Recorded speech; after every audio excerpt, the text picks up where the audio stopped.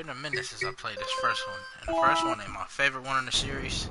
I have spent my life searching for the answers that my father and my father's fathers failed to find. Who were the precursors? Why did they create the vast monoliths that litter our planet? How did they harness Eco, the life energy of the world? What was their purpose? And why did they vanish? I have asked the plants, but they do not remember. The plants have asked the rocks, but the rocks do not recall. Even the rocks do not recall. Every bone in my body tells me that the answers rest on the shoulders of a young boy. Oblivious to his destiny, uninterested in the search for truth, and rejecting of my guidance. And why would he want to listen to old Samus the Sage anyway? I'm only the master of Green Eco, one of the wisest men on the planet. So it seems the answer begins not with careful research or sensible thinking. Nay, as with many of fate's mysteries, it begins with but a small act of disobedience. Hey! Jack, old green stuff told us not to come here.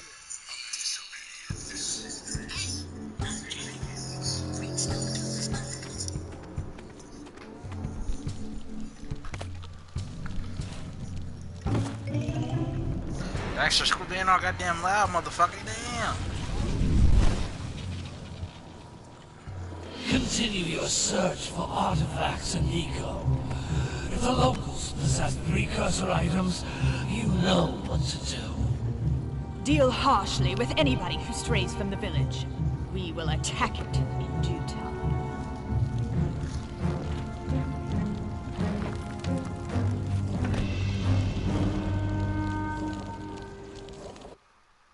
What are we doing here anyway, Jack? This place gives me the creeps.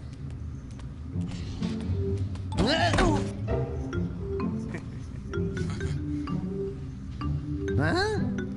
Oh, stupid precursor junk. Eek! What is that dark ooze? It sure don't look friendly. The sage yaps on about the precursors that built this place all the time. Where did they go? Why did they build this crud? Now, I like precursor orbs and power cells as much as the next guy. But if you ask me, they must have been real losers. Wow! How did you do that? I think we're in trouble!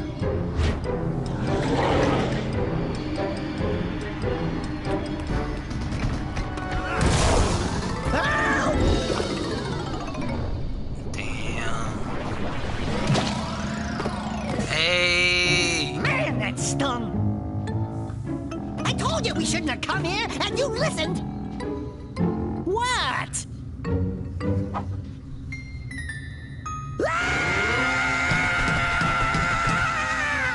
Okay.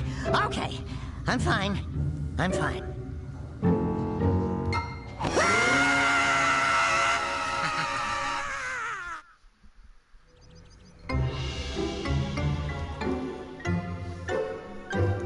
What in green tarnation do you two want? I was... Don't tell me!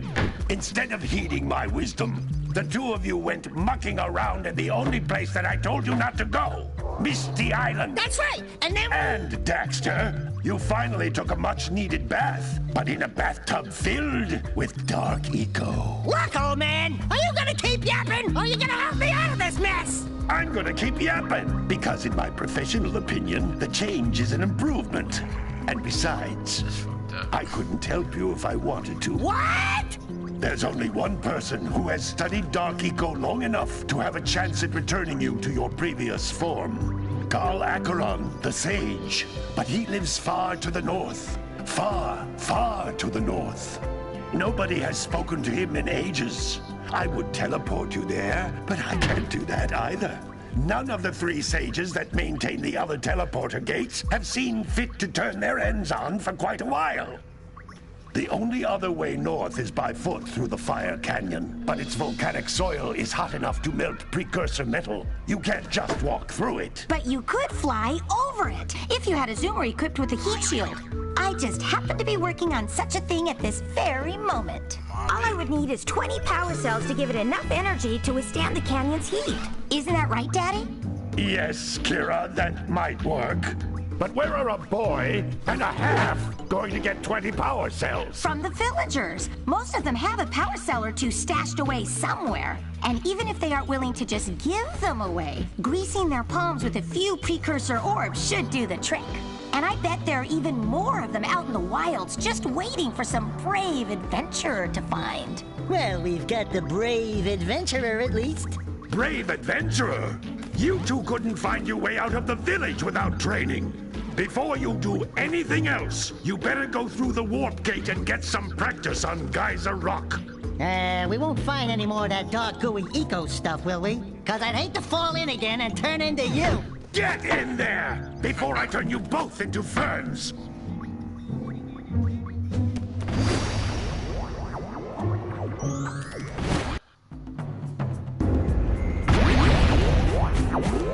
This device is a communicator. With it, my father and I can give you advice at any time during your Hey! I'm enjoying myself already.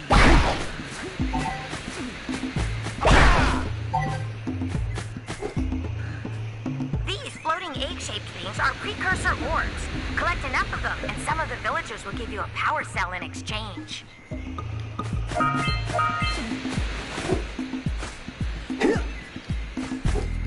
Oh my god, it's been a minute. Oh, fall on, Jack.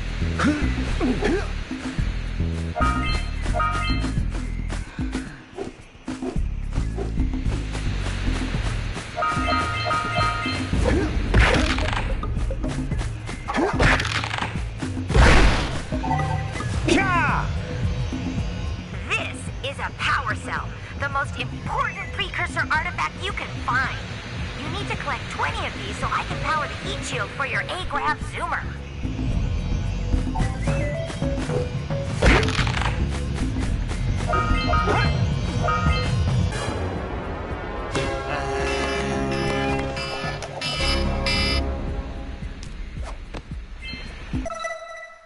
Yes.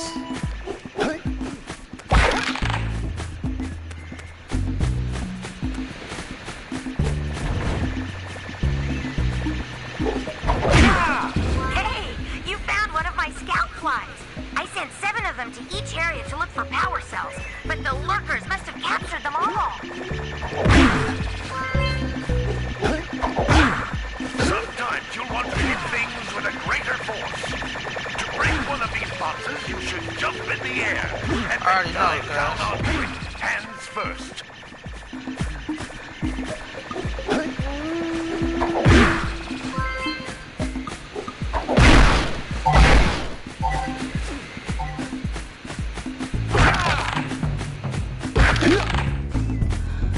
That's Blue Eco, which contains the energy of motion. Blue Eco allows you to run fast, break boxes, and even activate some precursor artifacts when you get near them.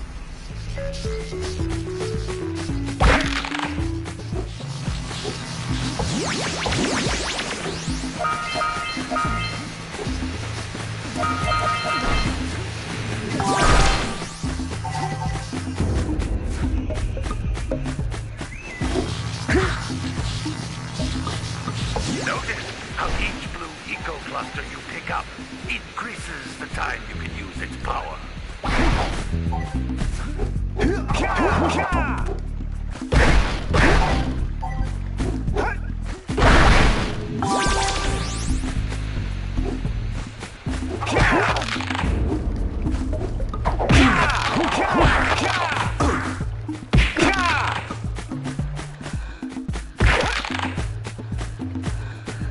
This is a precursor door.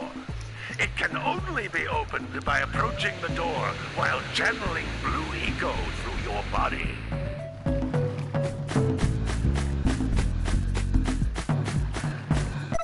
Okay, my bad. Hold on 1 second, y'all.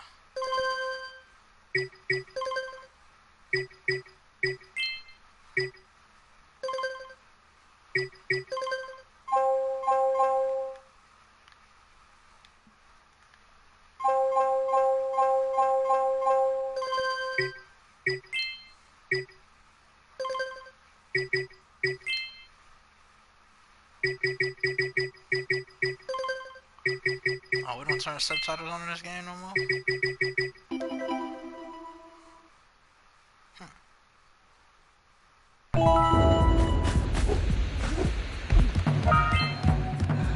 That's a blue eco vent. More concentrated than the floating clusters. This vent will give you a full charge of blue eco, letting you use it for the maximum time.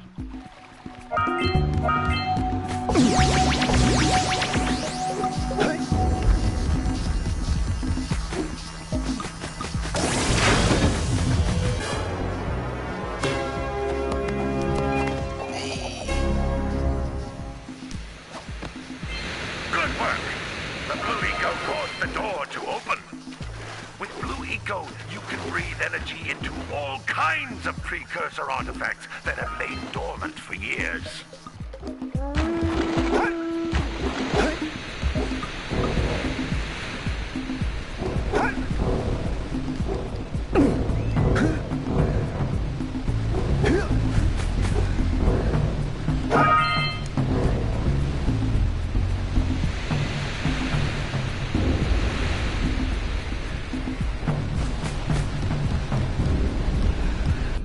Those little green balls of energy on the ground are a type of eco.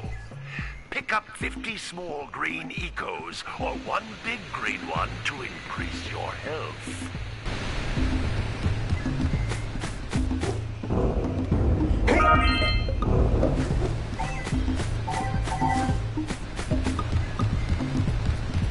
You can jump once, then jump again in the air to reach even higher ledges.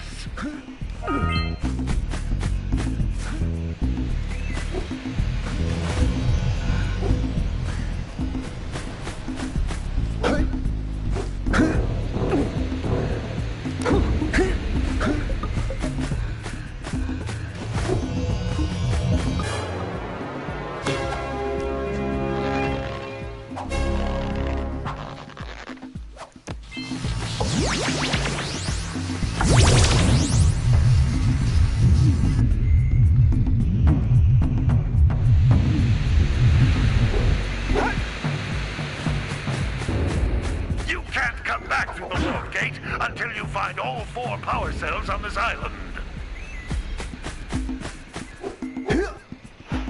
Thought I found them.